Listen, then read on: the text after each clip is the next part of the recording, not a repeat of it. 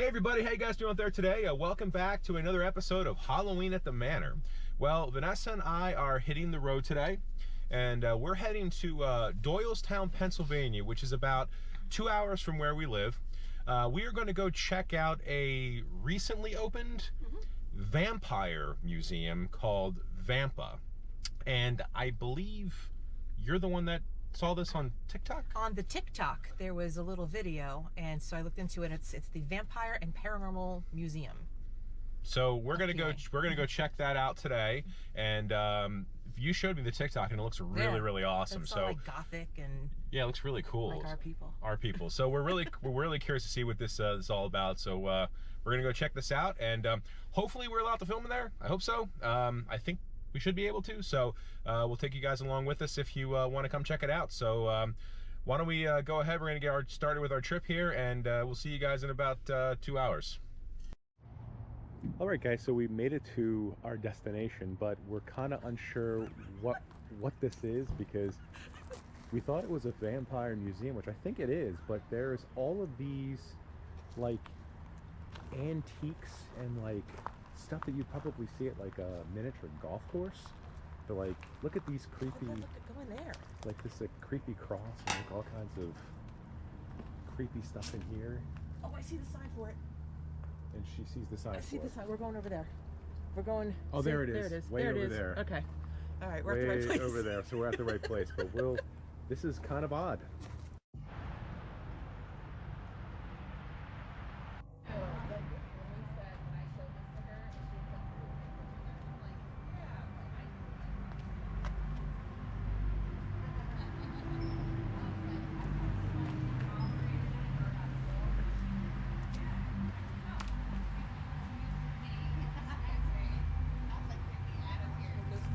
That is really cool. Look at this. How cool is that?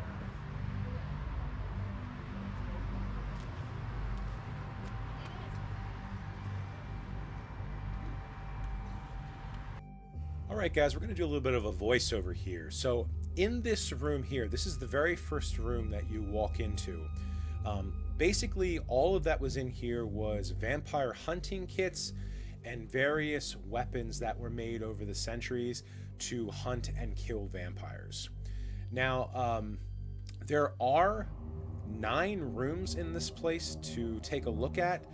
There might actually be even more, but as of today, the day we went, there were only 9.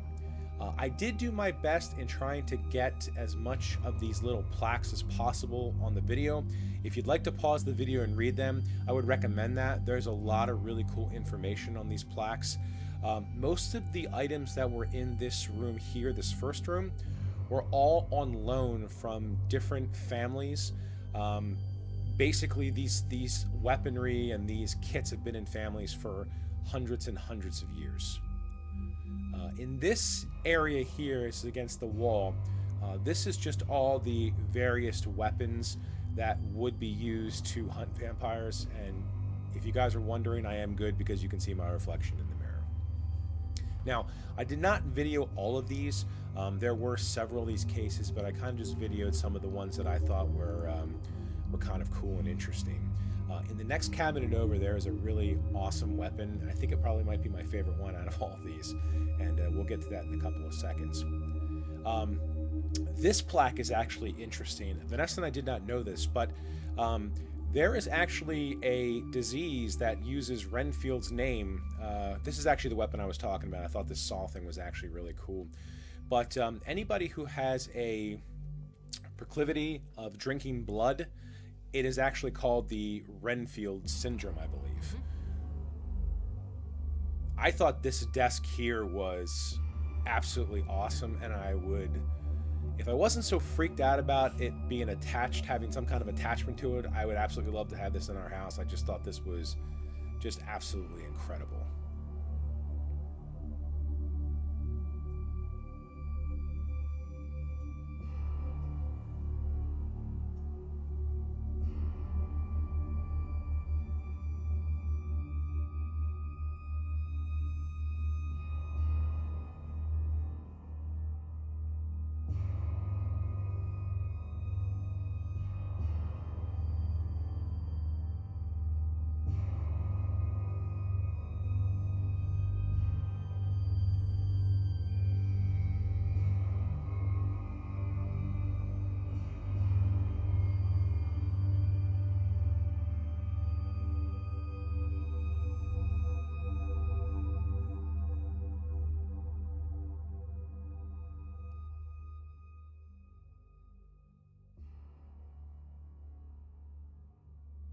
So one thing that was really interesting about all of these different vampire hunting kits, and Vanessa actually pointed it out to me, I actually missed it, was that authenticating some of these vampire hunting kits can be kind of difficult because you were saying, Vanessa, that a lot of these people didn't leave weapons on the battlefield, so there'll be like weapons from various countries and origins in the kits.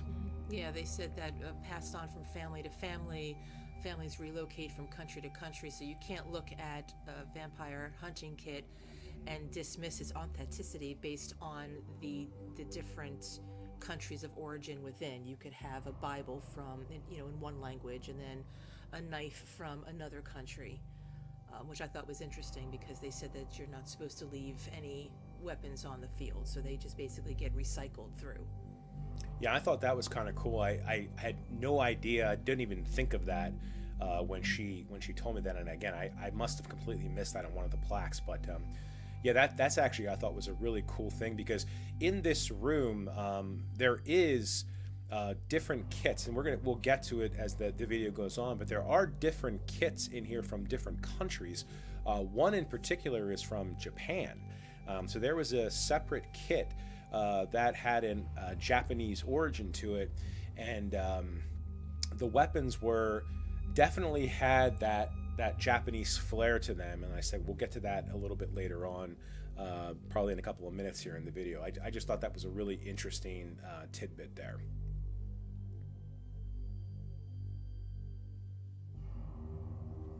And the one thing I have to say about this museum, and again, I don't know if any of these pieces were actually used to kill anybody or what, but the craftsmanship and the beauty of some of these objects is just absolutely incredible. What it must have taken to create these things is just mind-blowing how incredible they look. I mean, they almost look too good to be weapons. The entire aesthetic of this place I enjoyed with the artwork. It's a combination of art and history and theology. It's very interesting, and it has that old-timey antique-y smell to it when you walk in. It's a very beautiful place if you're into artwork and whatnot. Yeah, that painting that you guys just saw, both Vanessa and I really like that a lot. But again, would kind of be a little bit afraid to hang it in the house. You just never know what kind of if there's anything attached, and we believe in that stuff. So yeah, that even though it looks awesome, I think we'll pass on that. Leave it in the museum. We'll just leave it in the museum. Look at how ornate these things are. And Vanessa was mentioning, if you saw one of our videos in the past, and Vanessa, for my birthday, I guess it was last year, got me a vampire hunting kit.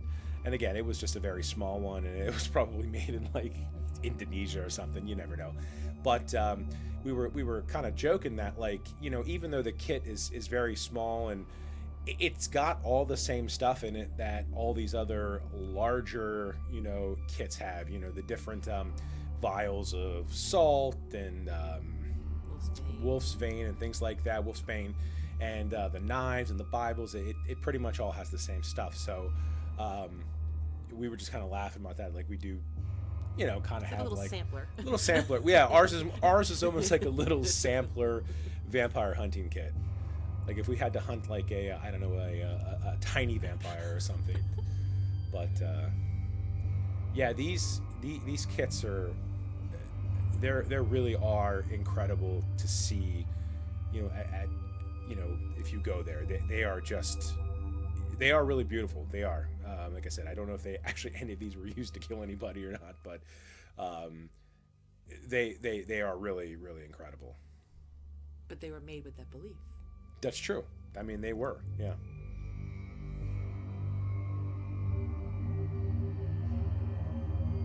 And the house itself that the museum is in is awesome.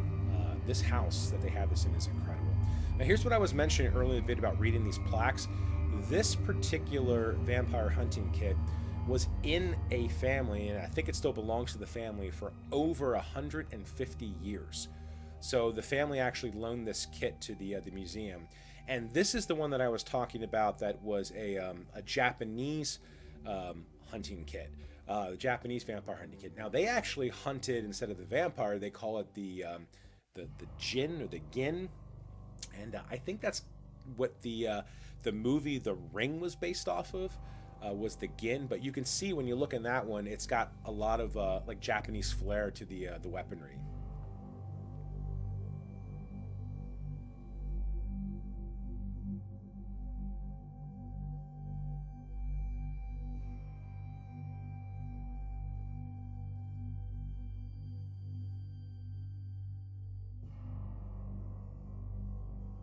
So this is the second room in the museum, and this one was a little bit different than the first one you just saw.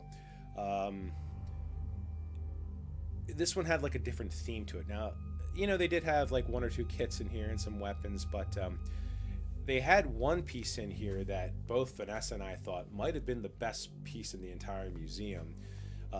They had an actual exorcism chair in here, and it was really used for exorcisms back at some point in history. The one sign here says that this thing was actually crated for the last 30 years, and they actually uncrated it and brought it to this museum. So we thought this was impressive. Well, the leather straps, just knowing that people were strapped in there under some sort of either psychotic break or true possession, who knows. Yeah, it's this right here was actually really interesting, this exorcism chair, because, and they even say on the bottom of this thing not to get too close to it, or I don't know if it said not to touch it, but it said just be careful, because there definitely was things that were done in that chair that were of demonic or evil nature. And even if it wasn't, I still feel bad. There are people, you know, that were mentally unwell, strapped in that chair, undergoing an exorcism when they really probably just needed some sort of help for schizophrenia or whatever was, you know, at the time what they thought was possession, but we know different now. Yeah. Now, this is the foyer of the home, and I think they consider this one of the 9 rooms. Now, I had something weird happen to me in this room here. Right over by that case there, I smelled like this really awful smell. And again, I'm not going to say that, you know, oh, it was a demonic presence or anything. It was just, it smelled really, really bad. And then Vanessa, you went over there not too long after I did, and you didn't smell anything except like an old Just smell. the old wood Yeah, smell. I smelled this. It was this awful smell. Now, again, I'm not going to say it was a demonic presence. It just might have been who knows what. But to me, it smelled terrible. So this is what we're going to assume is the 4th room, and this one also had a piece in it that, out of everything in the room, we thought was really, really cool. And we're going to get to that here in a little bit. But again, like the last room we were in, this had different paintings and things like that. They had some weaponry in here as well, and this one was more focused on, like, I thought this reminded me of the old story, The Mask of the Red Death. This little diorama, or whatever you want to call it. I actually really like that. But in this case here, there was this spell kit, and at one point it belonged to Liza Minnelli's husband, David Guest, which I thought was pretty cool. And on the plaque here, again, if you want to pause it, they talk about Marie Laveau, and if you don't know who she was an aristocrat, a high-up aristocrat in New Orleans society, and she actually tortured and murdered her slaves. And I'm not sure if that kit actually belonged to her or not, but it had her name there, so I'm assuming that maybe it might have at some point in time. We like to call her Voodoo Mama Juju. Voodoo Mama Juju, yes. And I don't know why, but this one dagger, knife. This guy right here, this little demon-headed one, I just thought this thing was really cool. I have no idea why. I really like that a lot. So now we're entering the fifth room here, and this one kind of gave me more of like a Wiccan vibe to it. This door was all chained up, and you're going to see why in a second. Yeah, that guy. They had these like cutouts on the door where you could. There was definitely something downstairs, but we couldn't go down there, and it looked really cool. But I don't know if that's a room that you would be able to see. That maybe that just on the day that we went, it wasn't open or not. Here we have, I don't know, I guess it was a closet of different Ouija boards, and some of these were actually really creepy looking. I backed myself out of that real quick. Yeah. I don't mess with those. Yeah. There was also a lady in there. She was taking pictures, and she thought she caught an orb, but there was so much light in that room. It was probably more or less a reflection. So this was the sixth room, and this room was actually really creepy. They had on this side of the room, they had like a lot of like what do you call it, like tribal masks and things like that.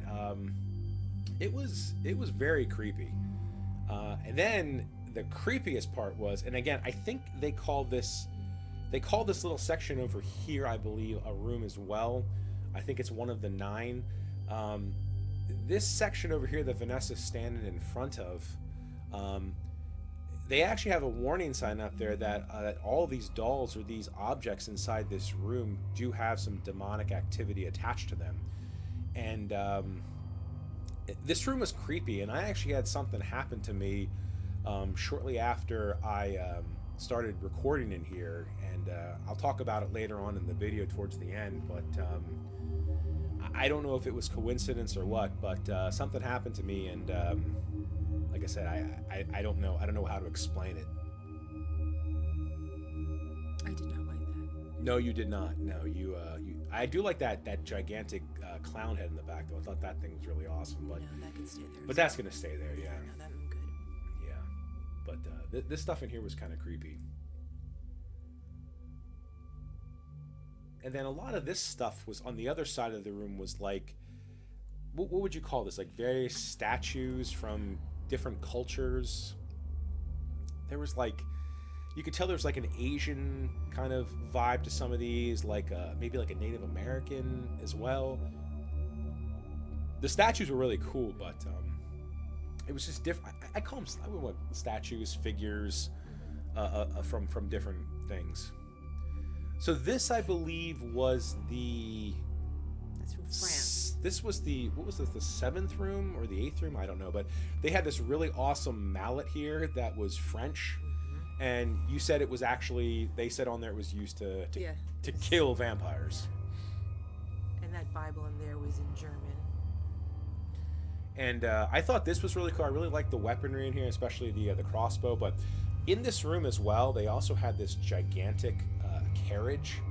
Now, unfortunately, at this time, the place started to get kind of busy, and I didn't really want to be in people's way, and by filming. But Vanessa was saying that inside this, I didn't get a chance to see, but inside this gigantic carriage was a lot of vampire hunting artifacts from Greece. Mm-hmm. Yeah, apparently there's an area in Greece that has a high percentage of I don't want to say vampire sightings, but just reports of vampires over the years, and so the family has loaned this museum from their own personal collection.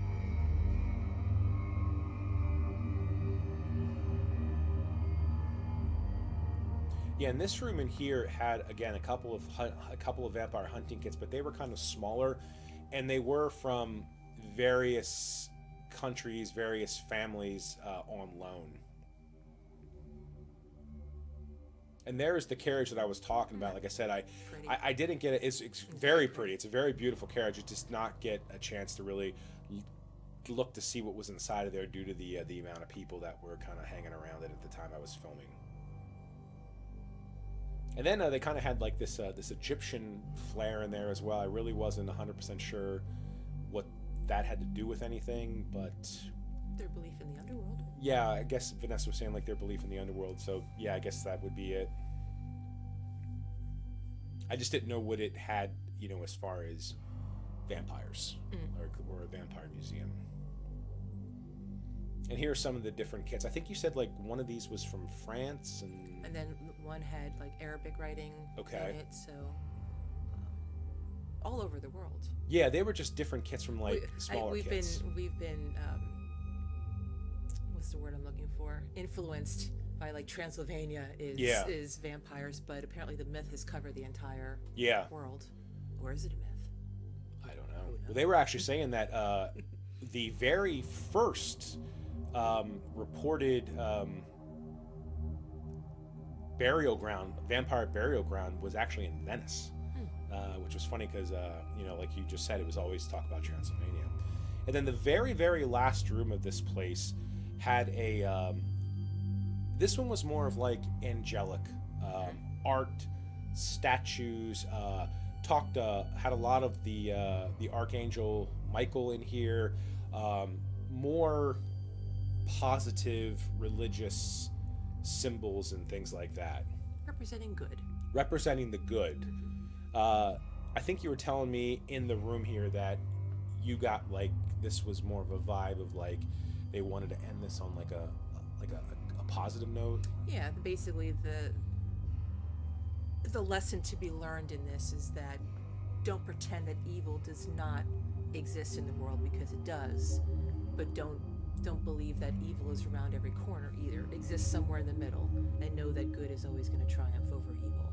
So I think it left you with that positivity after going through an entire house full of, you know, vampires and torture, maybe even death. Definitely. You know, you end it with, but hey, it's gonna be all right. It's gonna be okay. Yeah, and I think I guess in a couple of seconds here you'll actually see it, but they did have almost like, I don't know if it was a plaque, but there was a sign. I think Vanessa took a picture of it. Yeah, I thought it was nice. That kind of basically said what you were just talking about here, and here it is if you want to take a look. But again, this place was really cool, and I really think if you get the opportunity to go, you really should.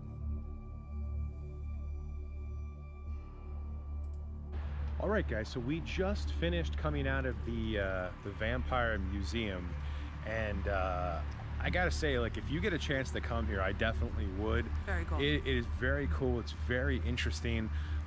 They do have a lot of things in there that are real. Like the one I think we both talked about the most was they have the exorcism chair, which was a real chair that they used to do exorcisms on. Also, I think it was in the third room, they had a magic spell kit that was once owned by Liza Minnelli's husband, David Guest, and it was, I don't know if it was actually Marie Laveau's at one point or not, but that was interesting as well. I don't know about you, but the demonic doll area, right after I looked at that, I got this stabbing pain in like the middle of my back, and I still have it. So I don't know what was up about that, but there were some really unusual things in there. But yeah, this place is really, really cool. If you guys get the opportunity to come out here and check it out, I definitely would. Quite affordable. It was $15 for adults, and kids under 6. Kids under 6 are free. They're free. So, and there were kids here. I mean, it's not like well, I mean, you saw the video. It's not super scary, but I think it would be boring for kids because it's more historical than anything. But it was very interesting, and there were a lot of really nice artwork pieces in there that I enjoyed. It's nice to learn some history. Very, very old 1600s, 1700s, 1800s vampire killing kits, and like we were talking about before, whether you believe it or not, the people that used it believed it, so it's got to hold some weight, you know. Yeah, so like I said, if you guys are ever in the area, it's this is in Doylestown, Pennsylvania. I know that we're pretty close to Philadelphia, maybe, I don't know, within a half an hour, but if you guys ever get the chance, definitely come out here and check this place out. It's well worth the drive out here. It's a really, really cool museum to check out. But anyway, we're going to end the video here. I want to thank you guys a lot for watching. We really appreciate it. Hope you guys have a great rest of your day, and apologize if this video has gotten a little long, but a lot to see. There was a lot to see in there. So again, hope you guys enjoyed this one. Thanks so much for watching. Really appreciate it. Hope you guys have a great rest of your day, and take care.